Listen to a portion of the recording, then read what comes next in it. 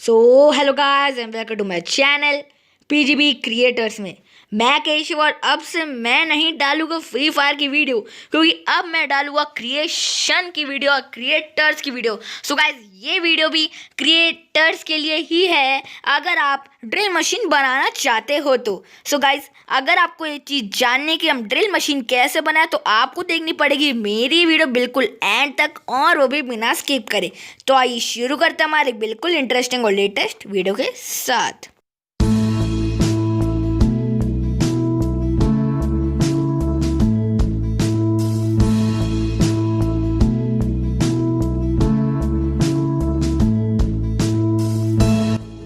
First, take the 12-volt DC motor and wire it.